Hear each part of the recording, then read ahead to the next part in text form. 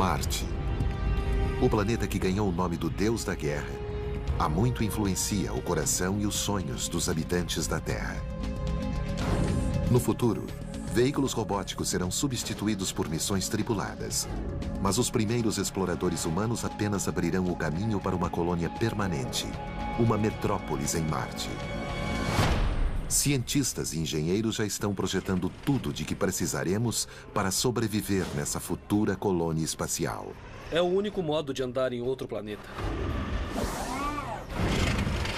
Apesar de toda a tecnologia, viver em tempo integral em outro planeta será uma contínua batalha pela sobrevivência. O começo vai ser num ambiente que é letal para nós. Essas são as tecnologias, os perigos e as maravilhas de viver no espaço.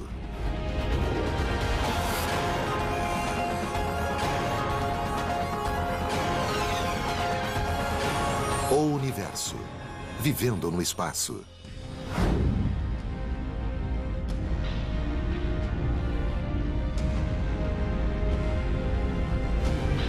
Na aurora do século 23, o homem já estabeleceu uma colônia completa em Marte. Não foi fácil. Em Marte, somos invasores, e o furioso planeta vermelho declarou guerra contra nós, usando sua natureza, sua causticante radiação, o ar rarefeito e as letais tempestades de areia para garantir que a vida aqui seja uma batalha constante. Então, para que se dar ao trabalho de viver no espaço? Por que esses bravos pioneiros não permaneceram juntos onde era seguro, no planeta Terra? Nossa espécie deveria habitar pelo menos 2 planetas. Resumindo, é muito perigoso colocar todos os ovos numa única cesta. Marte é o nosso vizinho mais próximo. E para o bem ou para o mal, ele é o planeta mais semelhante à Terra. E ele é o planeta que apresenta mais possibilidades.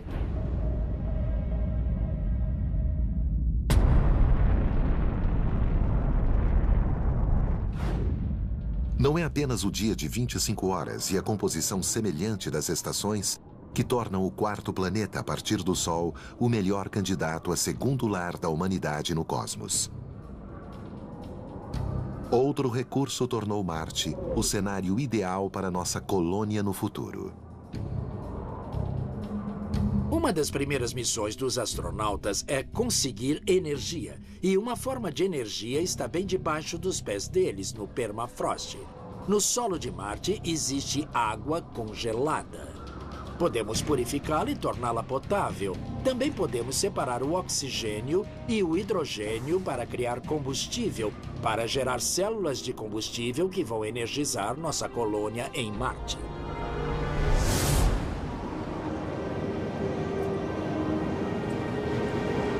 A colônia em si é uma maravilha da engenharia.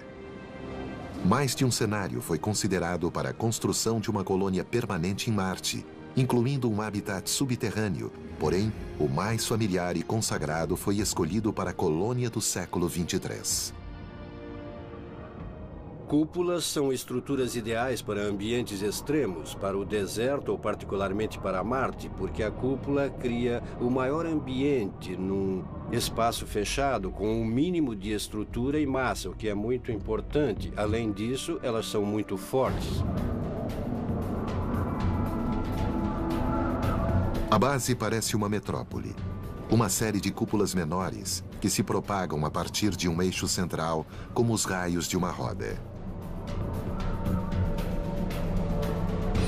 Gosto da ideia de uma cúpula grande ser a praça central, o lugar central que todos frequentam, cercada por cúpulas menores. Esse oásis tecnológico no meio do deserto marciano é como uma fortaleza. O material usado precisará ser capaz de suportar o frio e também a radiação. A superfície de Marte é esterilizada, descorada pela luz do Sol, porque Marte não tem uma camada de ozônio protetora.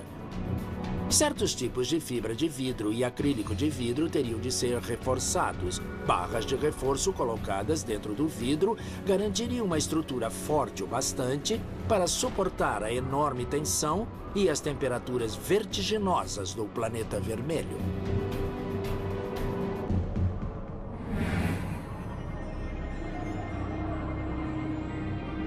A temperatura e a pressão dentro da cúpula devem ser estritamente controladas.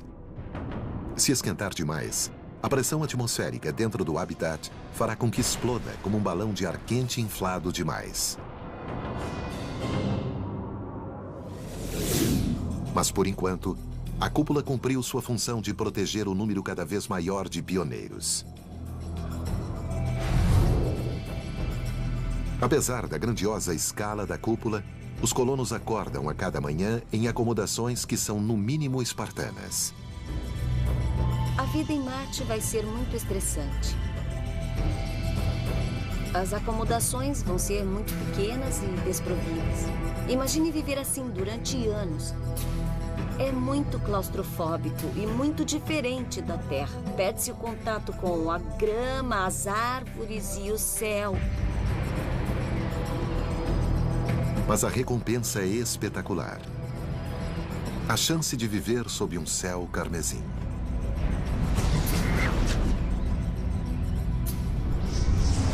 Marte situa-se a cerca de 1 unidade astronômica e meia do Sol. A Terra fica a 1 unidade. Então é meia unidade mais distante. Lá é mais escuro que aqui.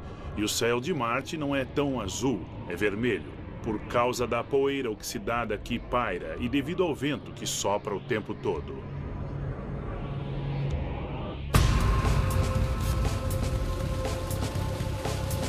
Para tornar esse planeta estranho mais acolhedor, os viajantes levaram ecossistemas artificiais. Mas as plantas não servem somente a esse propósito, pois cumprem a função vital de criar e sustentar um ambiente fechado para o habitat. As plantas não serão apenas alimento em Marte. Nós vamos obter o oxigênio de que precisamos graças a elas. Elas vão obter o dióxido de carbono de que precisam. Então será uma sinergia entre seres humanos e plantas.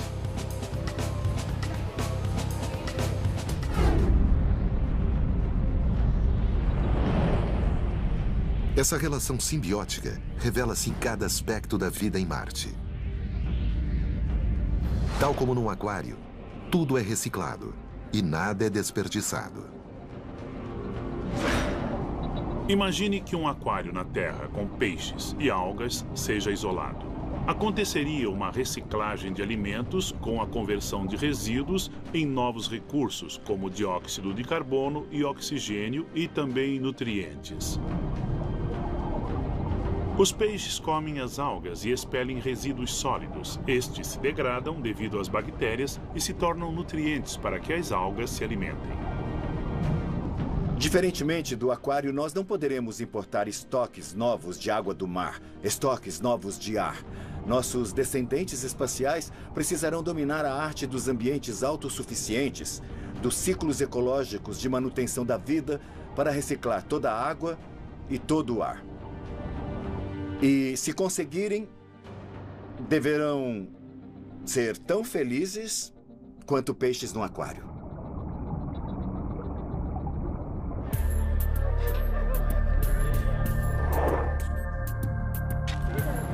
Mas no século XX, não se sabia bem até que ponto seríamos felizes num ambiente tão fechado, isolado do mundo exterior.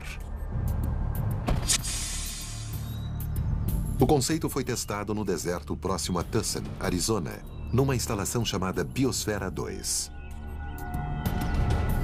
Seu propósito original, entre outros, era testar uma colônia autossuficiente em outro planeta. A Biosfera 2 é uma grande instalação ambientalmente controlada que pode ser completamente fechada e isolada do ambiente externo. O ambiente interno pode ser totalmente manipulado para que diferentes regimes climáticos e diferentes biomas possam ser controlados dentro da instalação.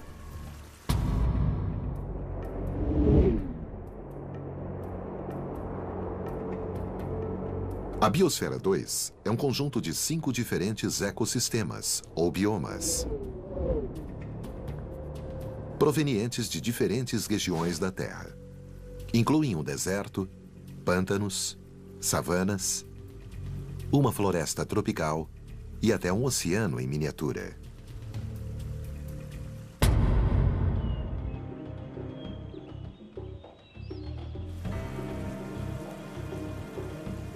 Esse ambicioso projeto foi isolado e testado pela primeira vez em 1991. Mas logo encontrou problemas sérios.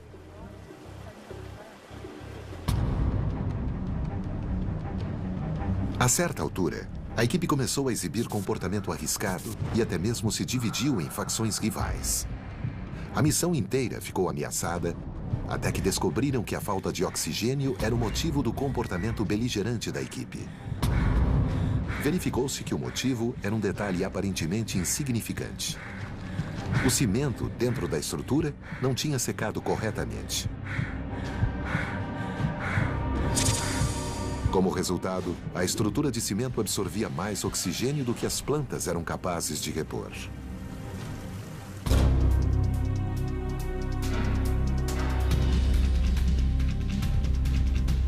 Essa redução de ar respirável alcançou níveis equivalentes aos encontrados a uma altitude de 5.500 metros. Efeitos semelhantes são sentidos por alpinistas em alturas letais. No final, precisam injetar ar fresco na biosfera. Esse recurso não existe para a intrépida colônia marciana, onde um pequeno descuido, como não deixar o cimento secar, pode ser fatal. Apesar desses perigos inerentes, o ambiente fechado da cúpula é o lugar mais seguro para se estar em Marte.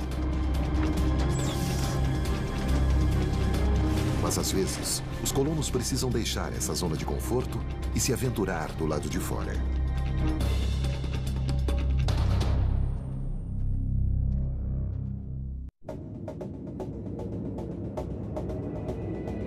Quando o Sol nasce sobre Marte, alguns colonos saem da cúpula para realizar as missões de pesquisa e manutenção do dia. O percurso os levará através das planícies vazias e oxidadas do planeta vermelho. Para cumprir a missão eficazmente, os habitantes precisam de uma alternativa para não cruzar o terreno a pé. No caso de Marte, não sabemos muito sobre o planeta e, se ficarmos num lugar só, vamos aprender muito sobre este local, mas não sobre todo o planeta. Então precisamos ser capazes de ter mobilidade e alcançar longas distâncias.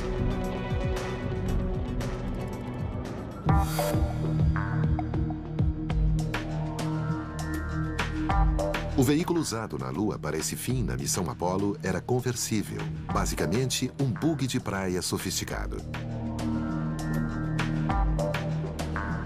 O veículo lunar serviu a seu propósito muito bem.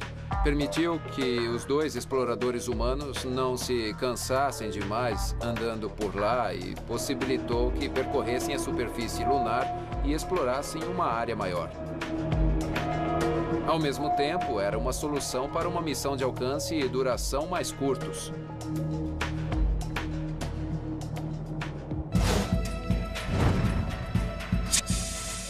Mas a área a ser percorrida em Marte é muito maior. Este é o Chariot, o modelo mais avançado criado pelos engenheiros da NASA no século XXI. Além do revestimento dourado e do visual futurista, esse veículo espacial tem características que otimizam as viagens no espaço. As rodas são capazes de girar 360 graus e podemos dirigi-lo para os lados, para a frente ou em qualquer direção.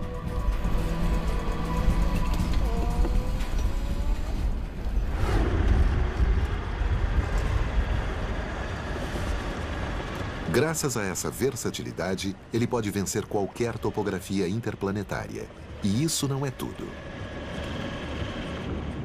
As roupas espaciais não dobram muito bem.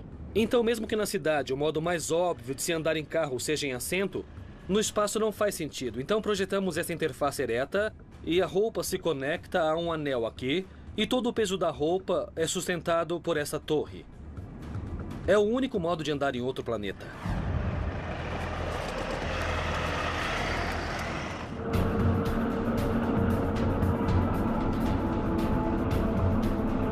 No entanto, Marte é um planeta grande. E para chegar às suas regiões mais distantes, os cientistas precisam de roupas especiais. Preferem trabalhar com macacões, em vez de ficar horas dentro de uma roupa espacial pesada e incômoda. Isso só é possível se puderem manter um ambiente com pressão atmosférica semelhante à encontrada na Terra. É para isso que serve o veículo pequeno pressurizado. Eu diria que é uma combinação de roupa espacial e carro esporte. É um veículo espacial esporte muito fácil de manobrar.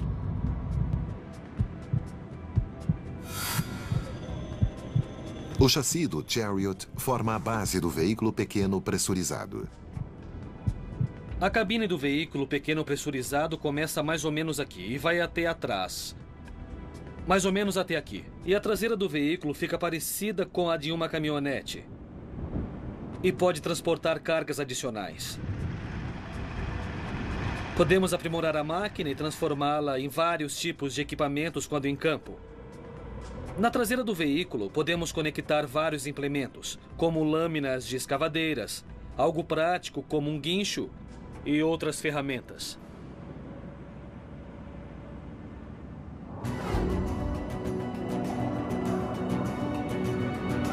O veículo pequeno pressurizado, ou SPR, é só um pouco maior que o veículo da Apollo e tem velocidade máxima de 10 km por hora. Pode ser usado em missões de 3 dias a 2 semanas de duração e percorrer distâncias de até 800 quilômetros.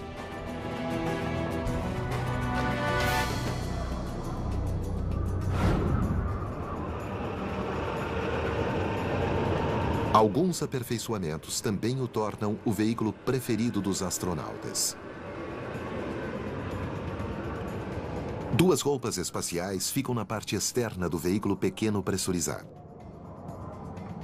Os passageiros no interior pressurizado podem entrar nas roupas através de uma escotilha e andar na superfície planetária depois de apenas 10 minutos.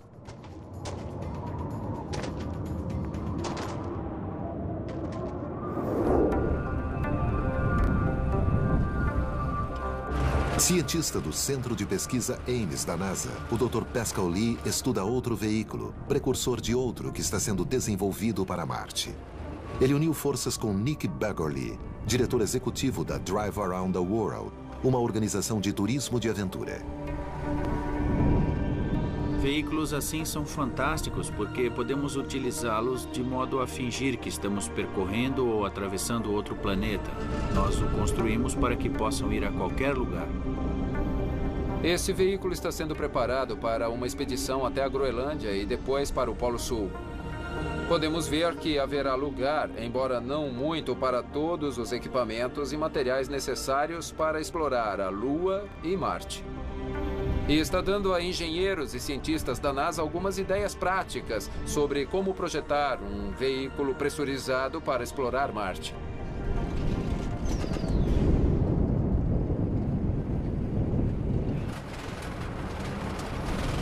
Esse robusto veículo tem um conjunto especial de rodas. As esteiras usam esta série de trilhos, mas esta roda grande é o que na verdade gira a esteira. Ela gira ligada ao eixo do veículo e empurra estas alças de borracha de modo a impulsionar a esteira. Cada uma tem 1 metro de comprimento e 40 centímetros de largura. São mais de 3.000 centímetros quadrados em contato com a superfície. Como cada trilho tem um sistema de suspensão, pode-se articular e acompanhar as curvas do terreno. Todo esse aparato pode girar. Se você estiver passando sobre uma pedra, as esteiras vão se adaptar e passar sobre ela.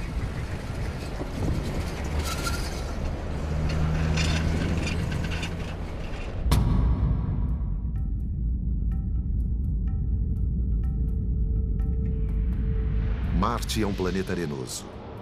Terra, poeira e sujeira entram em tudo.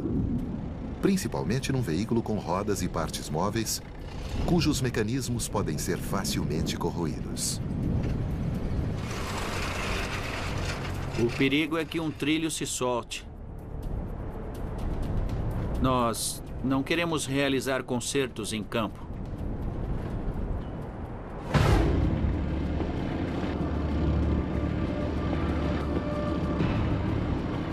Consertar um veículo na estrada é arriscado nas melhores circunstâncias, mas no espaço a margem de erro é zero.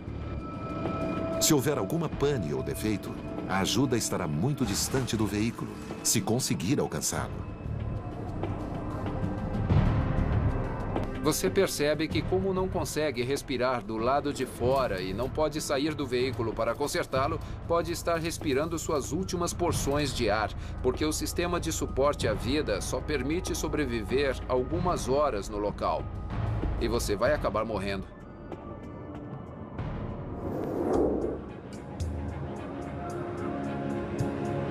Felizmente, a NASA tem um plano de emergência. Uma das vantagens dos veículos pequenos pressurizados é que, como são relativamente pequenos e leves, podemos lançar dois. Então podemos utilizar um sistema com 2 veículos circulando juntos, com 2 astronautas em cada um. Eles percorrem longas distâncias e, se um deles quebrar, os 4 astronautas podem voltar juntos no outro veículo.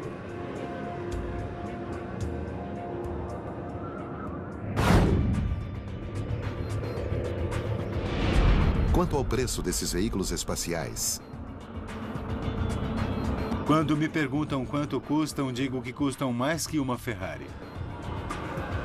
Além de percorrer a paisagem de Marte em alto estilo, os colonos também usarão uma inovadora roupa espacial extremamente parecida com a de um super-herói.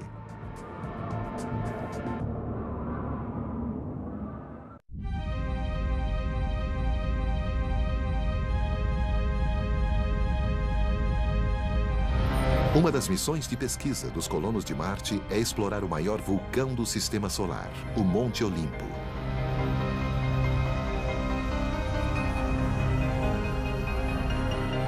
Mas mesmo durante tarefas de rotina, Marte pode emboscar e matar os invasores. Por isso, eles precisam constantemente de camadas de proteção. Quando não estão na segurança da cúpula, os colonos devem estar num veículo pressurizado ou aprisionados nas roupas espaciais.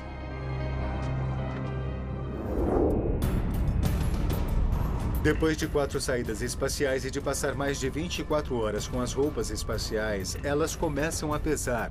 São duras como uma tábua e têm a pressão de uma bola de futebol americano, 3 quilos por metro quadrado. Então, sempre que dobram as mãos dentro das luvas, eles precisam agir contra essa pressão. E isso é muito fatigante e pode causar lesões nas unhas e outros traumas.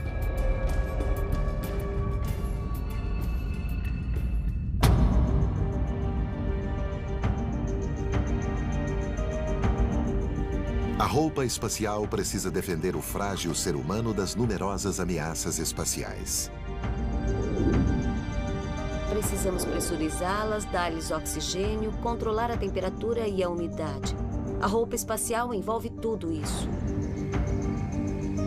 Além de conciliar as necessidades dos seres humanos, a roupa espacial precisa protegê-los constantemente de um universo impiedoso.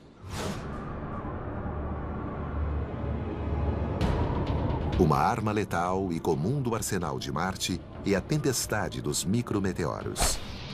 Os minúsculos meteoros são capazes de furar a roupa espacial e levar a uma morte terrível.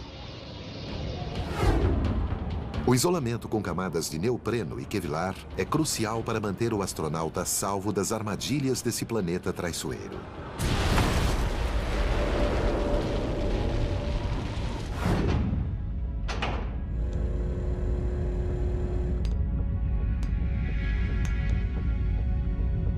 Por levar o sistema de suporte à vida, a roupa é volumosa e incômoda de usar. Um astronauta da Estação Espacial Internacional pode levar 3 horas para vestir um MMU, ou unidade tripulada manobrável. Isso inclui 30 minutos em que o astronauta carrega o oxigênio puro que irá respirar.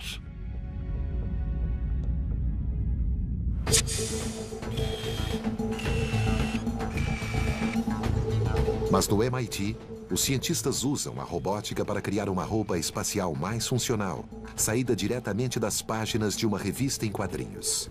O futuro da roupa espacial envolve locomoção, mobilidade e destreza. Precisamos de um design diferente, totalmente revolucionário em relação às roupas atuais. O astronauta em Marte com um biotraje será como um superatleta. O motivo de ir a Marte é procurar evidências de vida no passado. Então, é preciso se abaixar para procurar fósseis e indícios de vida. Então, o princípio básico do biotraje é proporcionar aos astronautas o máximo de mobilidade, mantendo o mínimo de consumo de energia. Isso é só um sistema mecânico, mas imagine que este fio fosse feito de uma liga com memória de formas. Então, enquanto eu giro isto, o fio se move e ajusta a roupa no meu corpo. Estamos aplicando a pressão diretamente sobre a pele, por isso a roupa se chama segunda pele.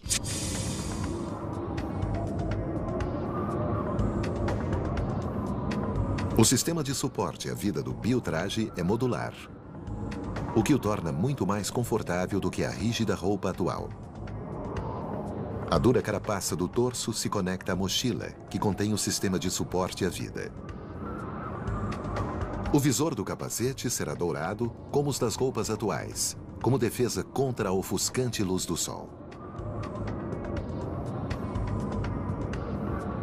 O capacete também conterá um painel de exibição superior para transmitir informações vitais ao explorador.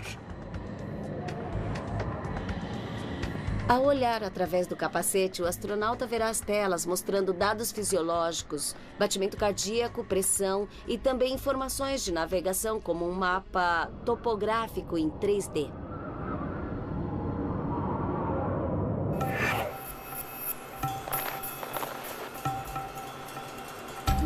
Geralmente, a única preocupação é que as roupas espaciais sejam seguras e funcionais. Mas os inventores do biotraje também querem que a roupa tenha qualidades estéticas. Esperamos que o biotraje fique realmente bonito. Não queríamos que ele parecesse a roupa do Homem-Aranha. O biotraje é apenas uma das tecnologias futuristas que podem um dia integrar a colônia em Marte. Mas não importa a roupa espacial que usarem, andar em Marte nunca será como um passeio no parque. Os colonos marcianos podem se vestir como super-heróis, mas não são tão poderosos. Às vezes, precisam de um parceiro robótico, o Robonauta. O Robonauta é um assistente robótico do astronauta. Nesse caso particular, ele tem um veículo para todos os tipos de terreno. É nossa interpretação do antigo mito grego de um cavalo com um torso humano em cima.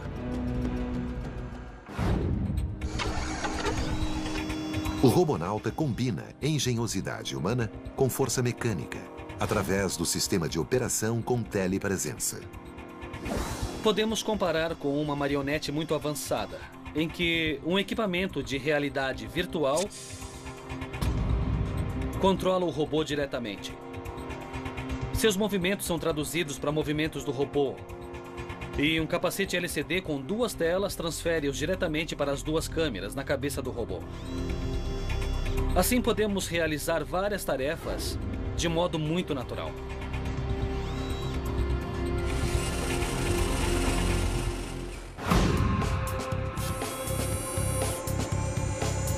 As câmeras são protegidas por um capacete inspirado nos centuriões romanos.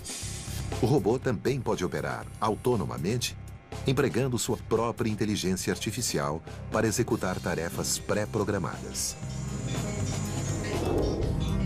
Como abrirá caminho onde os seres humanos temem pisar, seu tamanho e forma são cruciais. O Robonauta foi criado para ajudar a realizar tarefas humanas. Portanto, a forma humana é um modo natural de atingir essa meta. Para trabalhar com as mesmas ferramentas, no mesmo ambiente, ter aproximadamente a mesma forma ajuda muito. Um exemplo é usar o Robonauta para assumir as tarefas mais rotineiras da colônia. As melhores tarefas para dar aos robôs são aquelas que podem ser perigosas demais para os seres humanos ou que eles realizam melhor que os humanos.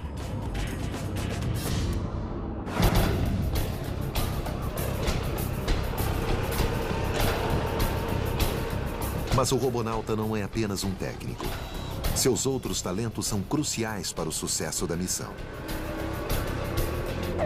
Uma tarefa muito importante dos robôs é sair e explorar o terreno, procurando perigos, mas também regiões interessantes a serem exploradas. Os robôs são instrumentos de reconhecimento muito práticos. Como veículo espacial, o robonauta usa uma bateria de lítio alimentada por luz solar. Mas se carregar a máquina é uma tarefa simples, sustentar os colonos humanos é muito mais complicado. A ameaça da fome sempre pairará sobre os pioneiros. E se um precário equilíbrio não for mantido, o fim pode não tardar a chegar.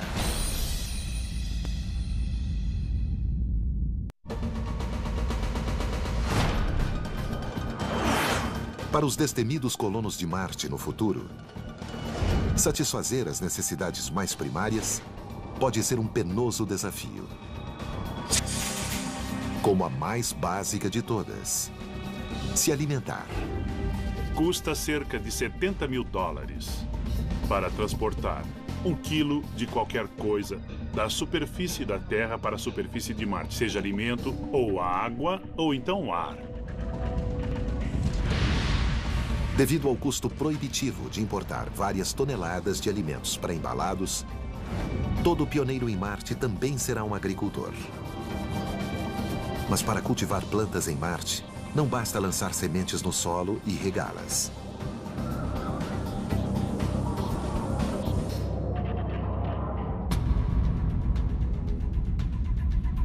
O solo marciano, ou regolito, é muito instável.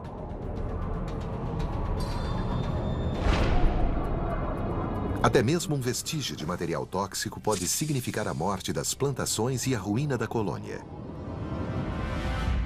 Eles não podem contar com o solo marciano para sustentar as plantas da Terra. Na Terra, há 2 modos diferentes de cultivar plantas. Podemos cultivá-las no campo ou então em estufas. As estufas são assim na Terra. Localizam-se na superfície do chão, usam a radiação solar natural e funcionam o ano todo, sem o perigo de meteoritos e radiação ionizante do espaço.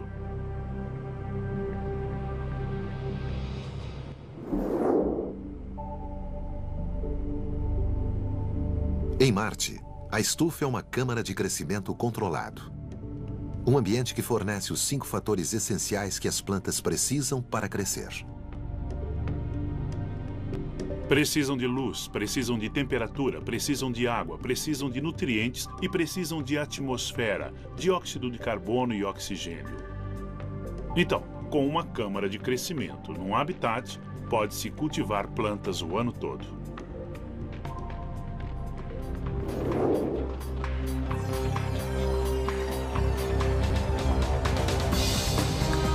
A maior parte delas são hidropônicas, um termo que significa cultivado na água. As plantas hidropônicas não crescem no solo, mas num caldo de nutrientes suspenso na água. Mas as plantas ainda precisam de luz e espaço para florescer, e espaço é o que mais falta. Pesquisadores contornaram essa exigência na área limitada de uma fazenda espacial usando diodos emissores de luz ou LEDs regulados com as cores do espectro para estimular o crescimento das plantas. A luz do sol é adequada para as plantas cujo único propósito é produzir oxigênio, mas essas câmaras de crescimento fornecem alimento para a colônia.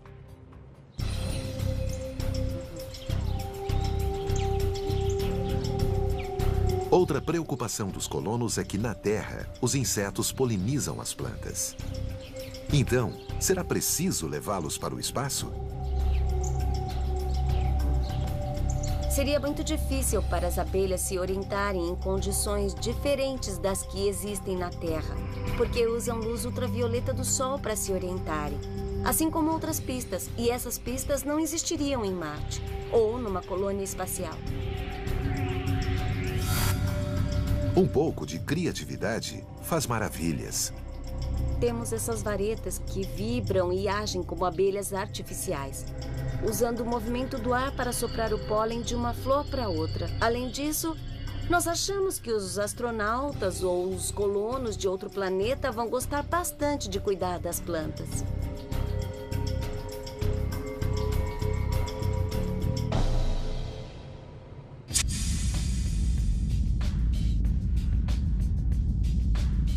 Mas outro importante elemento para o cultivo de plantas na Terra está ausente em Marte.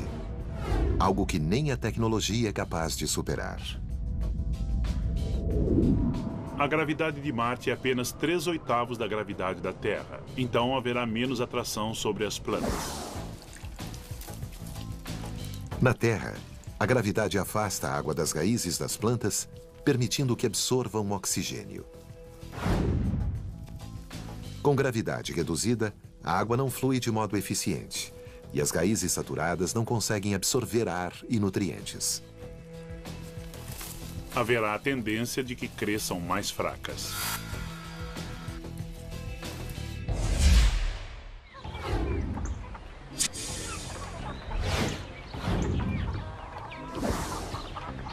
Mas que tipo de alimentos os colonos espaciais irão cultivar? Batata e alface, por exemplo. Tendo em vista esses ingredientes, o cardápio de um refeitório marciano poderá ser assim. No café da manhã, ovos mexidos e batatas refogadas. No almoço, um sanduíche com recheio de soja ou de cogumelo. E morangos de sobremesa. No jantar, massa com molho de tomate, salada e torta de batata doce de sobremesa. É uma dieta estritamente vegetariana e os carnívoros da equipe não terão vez.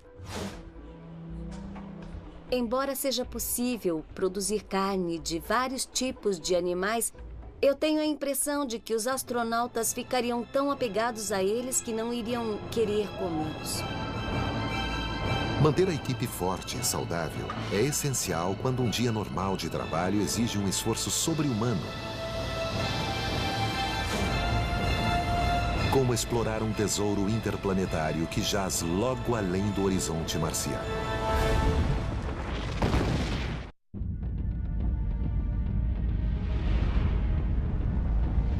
O custo de montar uma expedição de longo prazo a Marte é astronômico.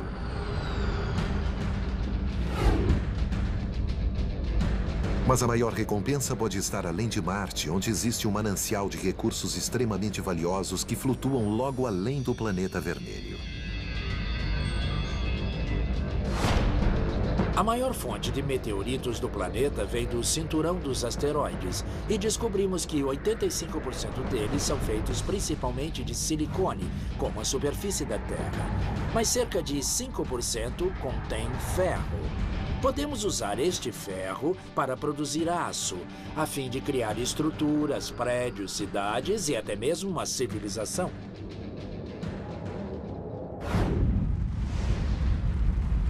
Explorar os asteroides facilitará a construção e a expansão da colônia marciana. A construção de novas instalações e espaçonaves e a manutenção e a atualização das antigas serão feitas com os minérios extraídos do cinturão, depois de refinados e processados.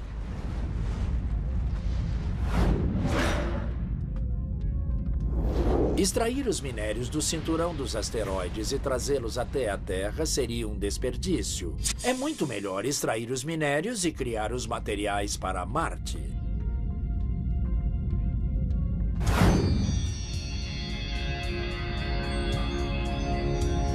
Mas há outro motivo para garimpar esses rochedos espaciais. Se derretêssemos um asteroide de 1 quilômetro, estima-se que nós conseguiríamos toda a produção de aço mundial por 1 ano, toda a produção mundial de ouro e prata por 10 anos, toda a produção mundial de elementos do grupo platina por 1000 anos. Então, é aí que estão as riquezas, se a motivação for essa. Um asteroide com um diâmetro superior a 800 metros teria massa de 2 bilhões de toneladas. Um peso equivalente a 20 mil porta-aviões da classe Nimitz. Um asteroide desse tamanho pode conter níquel, cobalto e platina, no valor de mais de 150 bilhões de dólares. E é um asteroide pequeno. Alguns se aproximam das dimensões de um planeta.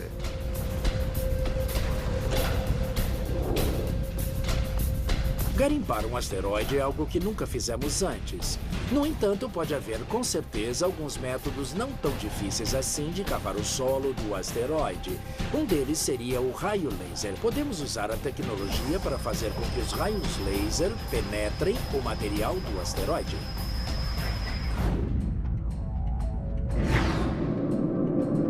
Mas escavar uma rocha monstruosa no vácuo do espaço está longe de ser fácil.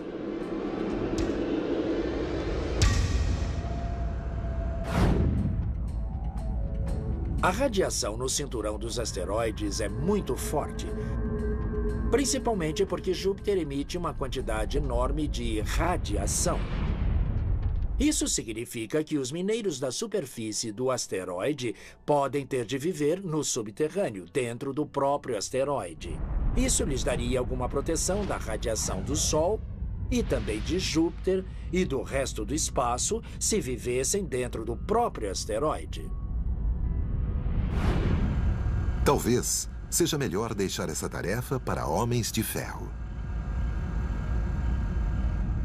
Como o cinturão dos asteroides é tão distante, talvez a 500 milhões de quilômetros de distância, talvez tenhamos de usar robôs. Os robôs serão relativamente baratos, não precisam de suporte à vida e não precisam voltar.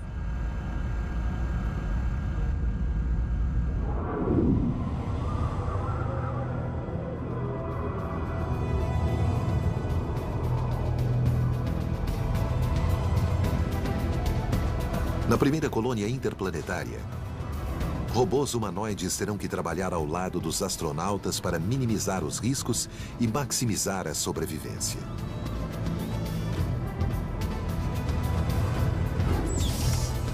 Em todos os aspectos, o cotidiano em Marte será a aventura radical máxima.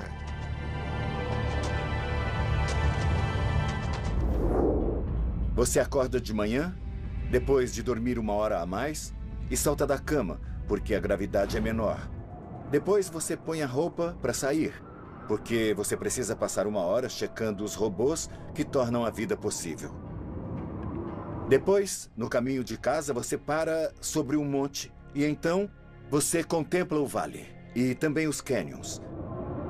E olha para o céu de Marte, com suas estrelas incrivelmente brilhantes.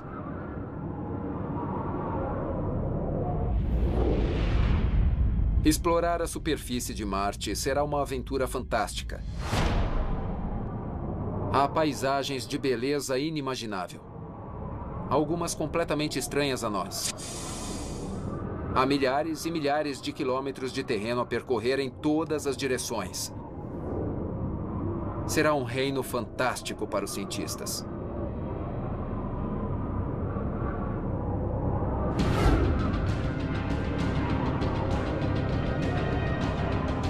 Essa imagem de uma colônia em Marte ainda é, por enquanto, ficção. Permeada pela melhor ciência do século XXI.